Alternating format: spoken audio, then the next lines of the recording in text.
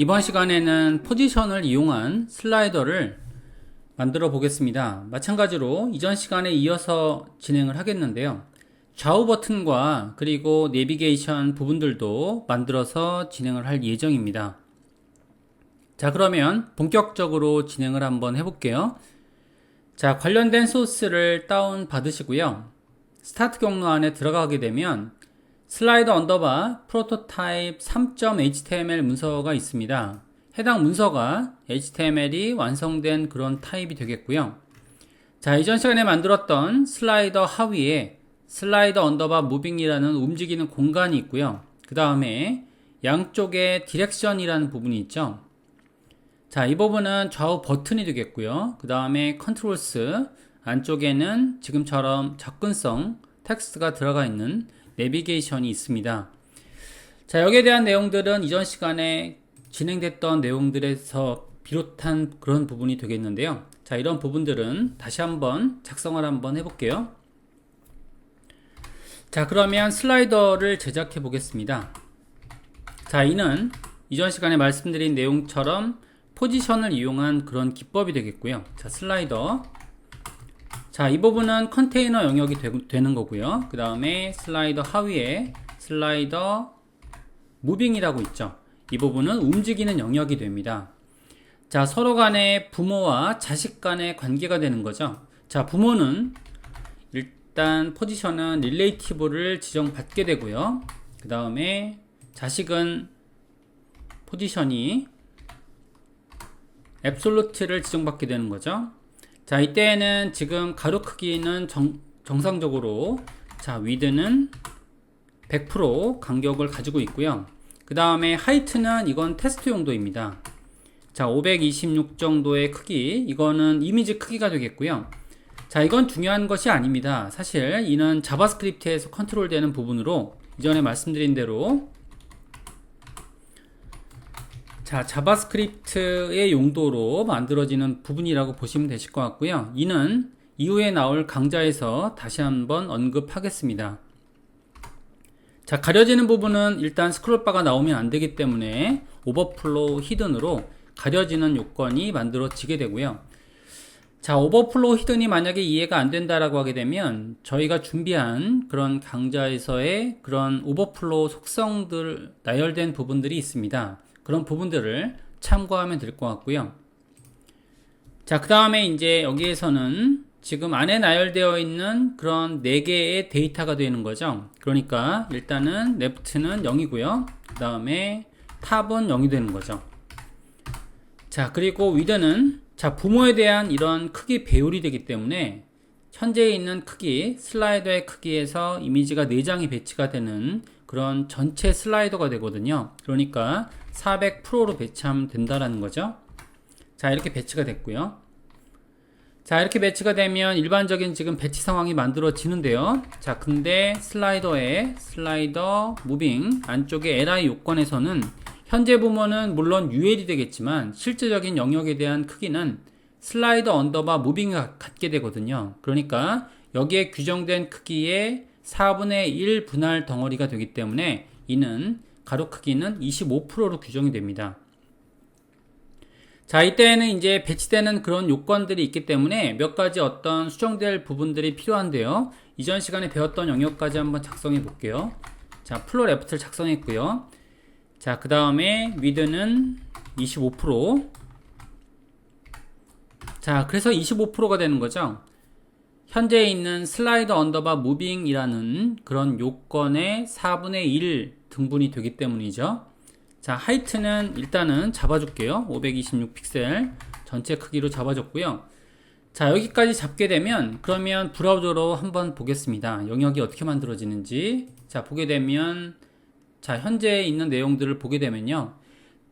자, 근데 이미지가 중앙으로 가지 않죠. 그죠? 중앙으로 가지 않기 때문에 이는 배치에 대한 내용들이 필요하게 됩니다. 그래서 실제로 이미지가 중간에 배치되게 하기 위해서는 몇 가지 방법적인 부분이 필요한데요.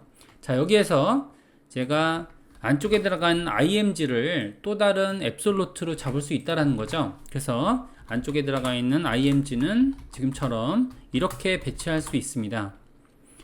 자, 포지션을 이렇게 지금 앱솔루트를 지정했는데요. 이때는 현재 있는 기준 좌표가 바로 슬라이더로 잡히거든요. 그러니까 뭔가 문제가 있습니다. 따로따로 각각의 요소마다 지정될 필요가 있거든요. 그래서 현재 요건에 대한 부모를 포지션을 릴레이티브로 이쪽에 주는 거죠.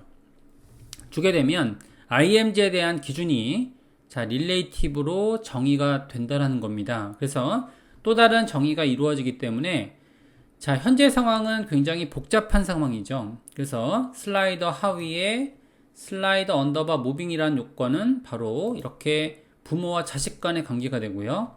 마찬가지로 LI와 그리고 LI IMG가 부모와 자식 간의 관계가 만들어지게 된다는 거죠. 자, 중앙에 배치하기 위해서 지금처럼 LI에 대한 데이터를 이렇게 릴레이티브로 줬고요. 그 다음에 이제 각각의 지금 IMG에 대해서 배치를 정확하게 하기 위해서요. 이렇게 히든 처리를 해놓은 거죠. 자, 히든 처리를 해놨고요. 자, 그 다음에 이제 안쪽에 들어가 있는 IMG는 중앙에 배치하기 위해서요. 레프트는 50% 지정한 거죠. 그 다음에 자, 레프트를 50% 처리하게 되면 일단은 이제 위드는 원래 크기대로 한번 지정해 볼게요. 원래 이미지 크기가 2000이거든요. 이렇게 2000 픽셀이 되어 있습니다. 그 다음에 하이트는 원래 이미지 크기는 526 픽셀로 되어 있기 때문에 자, 이렇게 배치하게 되면 이미지가 중앙에 배치가 되겠죠. 자, 보게 되면 이렇게 자, 이미지가 중앙에 배치되는 현상이 발생이 됩니다. 이렇게 따라서 이 위치를 중앙에 배치하기 위해서는 현재 크기의 절반만큼 왼쪽으로 이동시켜 줄 필요가 있습니다. 이를 저희는 마진 레프트로 적을 수 있는 거죠. 그래서 마이너스 1000 픽셀 정도 중간 정도의 좌표로 이동하게 되면 그러면 현재 크기의 절반만큼 왼쪽으로 이동하게 되면 중간으로 배치가 되겠죠. 자, 이런 방법을 활용하면 그러면 이미지가 중간에 가게 됩니다. 자, 이렇게 배치가 됐고요. 자, 그 다음에 이제 다음 요건들, 방향키에 대한 요건들을 입력을 한번 해볼게요. 자, 그러면 디렉션 안쪽에 A 타입이 되겠죠. 자, 안쪽에 있는 요건은 슬라이더, 자, 디렉션 A 타입이 되는데요. A 타입에 대해서는 일단 영역을 제대로 잡아주기 위해서는 디스플레이를 블럭으로 만들어주는 것이 좋고요. 그 다음에 포지션, 자, 포지션은 앱솔루트로 지정했습니다. 자, 탑에 대한 요건을 정할 수 있는데요. 탑에 대한 요건을 50%로 지정했다고 하겠습니다. 자, 그 다음에 이거는 이제 높이가 필요하니까 Z-인덱스를 일정량으로 줘서 높이를 지정할 수 있다는 것을 이전 시간에 배웠습니다. 자, 위드는 크기가 120이고요. 그 다음에 하이트는 121 픽셀인데 이때는 디스플레이 블럭이 없게 되면 배치가 안 되겠죠. 디스플레이 블럭 자체에 대한 이런 기본적인 기능이 제공돼야 가로 크기와 세로 크기를 줄 수 있는 거죠. 자, 여기에 따른 지금 세부적인 요건들을 적어 볼게요. 자, 적게 되면 일단은 레프트에 대한 요소가 있고요. 그 다음에 라이트에 대한 요건이 있죠.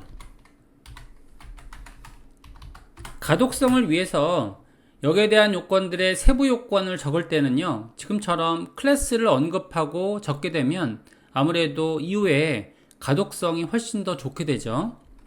자, 이는 저희가 레프트 좌표를 이용해서 20픽셀 적용했고요. 그 다음에 라이트 좌표를 이용해서 20픽셀을 적용한 거죠. 자, 이렇게 만들게 되면 이전에 IMG를 배치했던 원리와 동일한데요.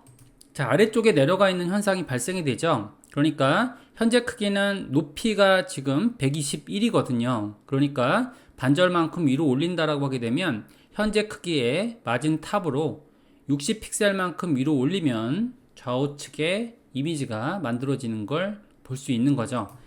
자, 그래서 여기에 대한 기초적인 그런 요건을 잡아줄 때, 자, 마진 탑을 사용해서요, 마이너스 60픽셀, 정확하진 않지만 여기서 보게 되면 현재 높이의 절반만큼 이쪽으로 올리게 되면 그러면 중간으로 가는 그런 효과가 만들어지고요. 자, 보게 되면 좌우측 영역에 배치가 된 정상적인 이런 요건을 볼 수가 있게 되고요. 자, 그 다음에 안쪽에 내비게이션 부분을 만들게요. 자, 내비게이션 부분은 일단 영역이 지금 컨트롤스라는 부분으로 만들어지고요. 슬라이더에 컨트롤스 영역을 보게 되면 이것도 마찬가지로 띄우는데요. 이 모든 것들을 관리하는 요건들은 바로 자, 슬라이더가 되겠죠. 슬라이더의 이 릴레이티브 조건이 모든 것들에 대한 기준 좌표가 되는 거고요. 자, 그래서 자, 만들어지게 되면 자, 포지션은 앱솔루트고요. 자, 레프트는 0.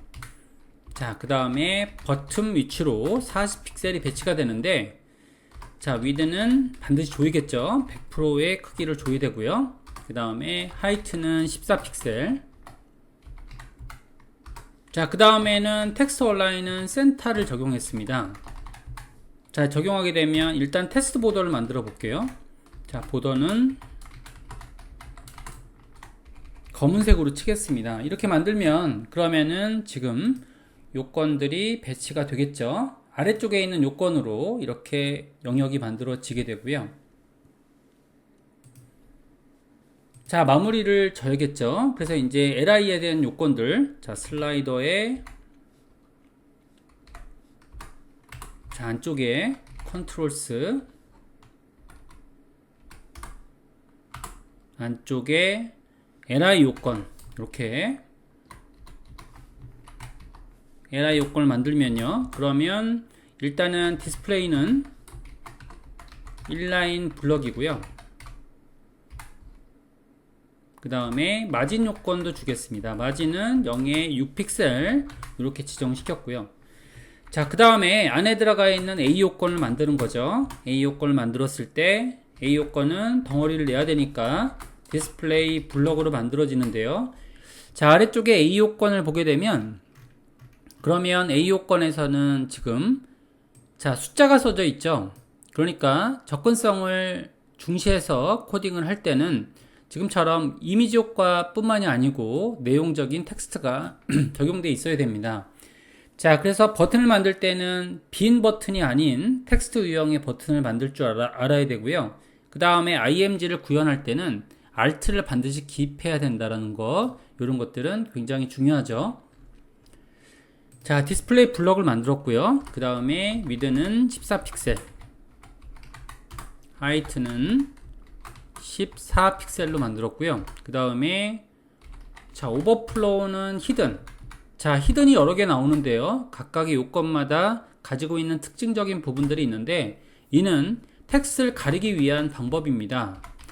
자, 텍스트 인덴트라고 하게 되면 들여쓰기에 대한 기능이거든요. 그래서 들여쓰기 기능을 자, 멀리 왼쪽으로 보내버리는 거죠. 이렇게 보내버리면 자, 보이지 않거든요. 그래서 여기에 대해서는 자, 백그라운드 컬러, 이는 두 가지의 기능은 텍스트를 가리기 위한 그런 기법인 거죠. 자, 작성하게 되면 그러면 RGBA 흰색으로 처리하는데요. 자, RGBA를 썼다는 이유는 여기서 이제 지금처럼 자, 0.5% 정도의 그런 불투명도를 적용하겠다는 거죠. 그죠? 이렇게 0.5로 적용을 하겠다는 거고요. 이는 앞에 0.5라는 것이 생략이 된 거죠. 자, 그리고 자, 보더 레디어스, 이는 7픽셀로 만들어서 완전한 자, 이는 보더 레디어스는 반지름을 체크하는 그런 방법이고요.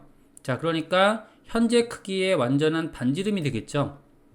자, 이렇게 만들면 그러면 만들어질 거고요. 자, 동그라미 모양이 이렇게 요건이 만들어지는 거죠. 이렇게 해서 요건이 만들어지는데 자, 여기서 보게 되면 지금 보더는 지금 삭제시킬게요. 자, 그 다음에 내비게이션의 그런 원리를 보게 되면 활성화된 그런 기능을 지원해야겠죠. 이때는 대부분 LI 부분에 이렇게 지원을 하고요. 그래서 LI 부분에 작성을 하게 되면 자, 지금처럼 안쪽에 있는 LI의 액티브 요건을 이렇게 다른 색으로 재조정을 하게 됩니다. 자, 그러면 주황색으로 처리했다라고 하게 되면 이렇게 자, 여기까지 작성할게요. 작성하게 되면 이제 약간 어느 정도는 갖춰져 있는 그런 슬라이더를 포지션을 그런 기능들을 사용해서 만들 수가 있었던 거죠. 물론 여기에 따른 인터랙션은 자바스크립트가 있어야 구현된다는 것을 알 수 있습니다.